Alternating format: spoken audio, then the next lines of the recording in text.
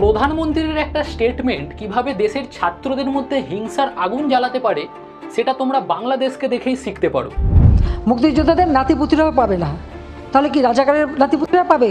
সেটা আমার প্রশ্ন, দেশবাসীর কাছে প্রশ্ন। শেখ হাসিনার বিরুদ্ধে বাংলাদেশে স্টুডেন্ট প্রোটেস্ট চলছিল। যেই আন্দোলনের শুরুতে ছাত্ররা শান্তি রেখে শুধুমাত্র কোটা সিস্টেমের বিরোধিতা করছিল, সেখানে একটা সময় তারা শেখ হাসিনাকে ডিকটেটর বলে তার পদত্যাগের দাবি জানায়। যে দাবি একটাই, শেখ হাসিনার পদত্যাগ করতে হবে, কারণ এভাবে কোনো সরকার চলতে পারে না। সরকার একের পর এক মিথ্যা কথা বলে গিয়েছে।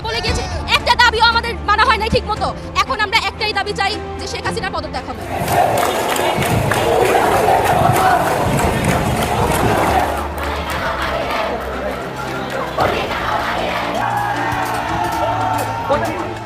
কিন্তু এখানে জানার বিষয় হলো, কেন একটা স্বাধীন দেশের ছাত্রদের ওপর পুলিশ ওপেনলি গুলি চালালো? কেন হেলিকপ্টারে করে স্নাইপার ইউনিভার্সিটির ছাত্রদের গুলি মারলো? কেন রাস্তার মাঝখানে দাঁড়িয়ে থাকা নিরস্ত্র ছাত্রের মাথায় গুলি করলো? কেন 6 বছরের রিয়া পুলিশের গুলিতে জীবন হারালো?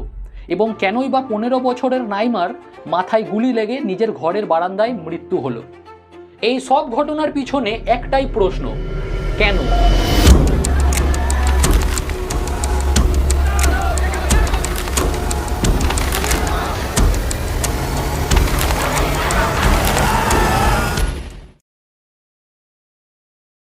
তার মানে কি মুক্তিযোদ্ধার সন্তান নাতিপুতিরা কেউ মেধাবী না, যত রাজাকারের বাচ্চারা নাতিপুতি হলো মেধাবী, তাই না? একটা স্টেটমেন্ট, শুধুমাত্র এই একটা স্টেটমেন্টে পাল্টে গেল গোটা বাংলাদেশের ছবি। 10,000-এরও বেশি মানুষকে অ্যারেস্ট, কয়েক হাজার মানুষ আহত এবং চলে গেল কয়েকশো জীবন, যার মধ্যে রয়েছে এমন কয়েকটা প্রাণ যাদের এই আন্দোলনের সাথে কোনো সম্পর্ক নেই। কিন্তু কেন? কেই বা এই রাজাকার যাদের সাথে তুলনা হবার পরে বাংলাদেশের ছাত্ররা এত রেগে যায়? 7ই মার্চ 1970।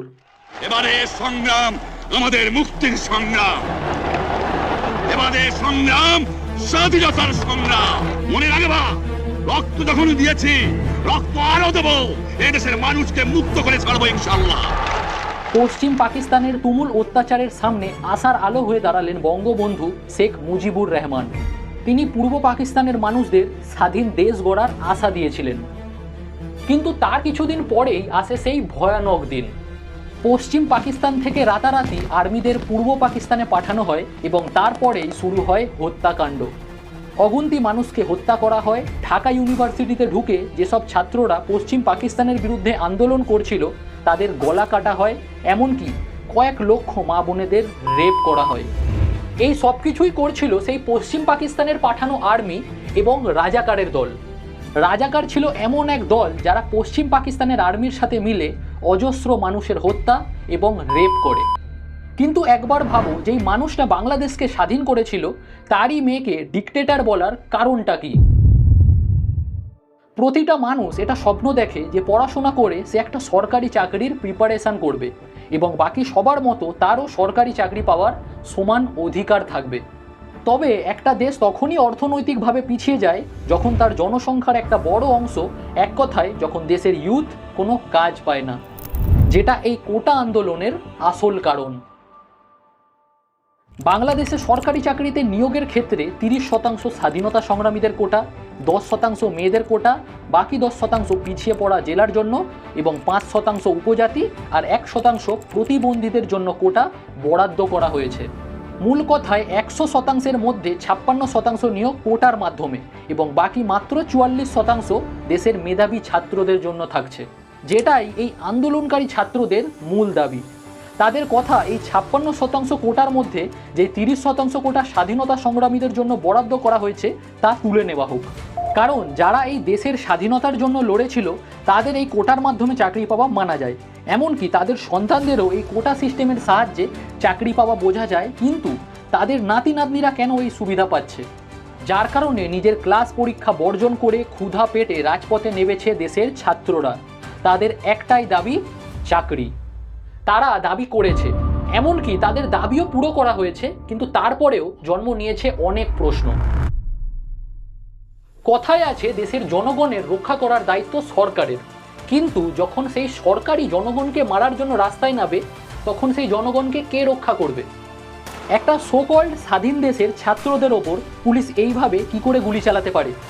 ছাত্র আন্দোলনের নেতাদের অ্যারেস্ট করে তাদের টর্চার করে, এমনকি আন্দোলনকারীদের হত্যা করে তাদের দেহ মাটিতে পুঁতে দেওয়া হোক, বা 10,000-এরও বেশি মানুষকে অ্যারেস্ট করা এবং সবার শেষে কয়েকশো মানুষের হত্যা, যার কারণে বাধ্য হয়ে 5ই আগস্ট শেখ হাসিনা নিজের পদ থেকে রিজাইন করতে বাধ্য হয়।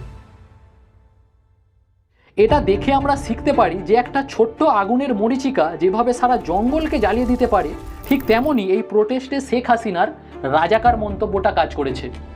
যদিও শেখ হাসিনা চাইলেই ছাত্রদের সাথে কথা বলে এই আন্দোলন অনেক আগেই বন্ধ করাতে পারত, কিন্তু তিনি এমনটা করেননি। উল্টে শান্তিপূর্ণভাবে কথা বলার বদলে তিনি ছাত্রদের ওপরেই গুলি চালাবার আদেশ দেয় এবং সবার শেষে ওনার রাজাকার মন্তব্য আগুনে ঘি ঢালার কাজ করে। এবার দেখো, এত দূর অবধি দেখলে তোমার মনে হবে যে এটা শুধুমাত্রই একটা স্টুডেন্ট প্রোটেস্ট, কিন্তু অনেকের মতে এটা স্টুডেন্ট প্রোটেস্টের আড়ালে সরকার পাল্টানোর একটা অনেক বড় ষড়যন্ত্র। কারণ এটা যদি সত্যিকারের স্টুডেন্ট প্রোটেস্ট হতো, তবে এদের দাবি কী ছিল? যে 30% কোটা সরানো।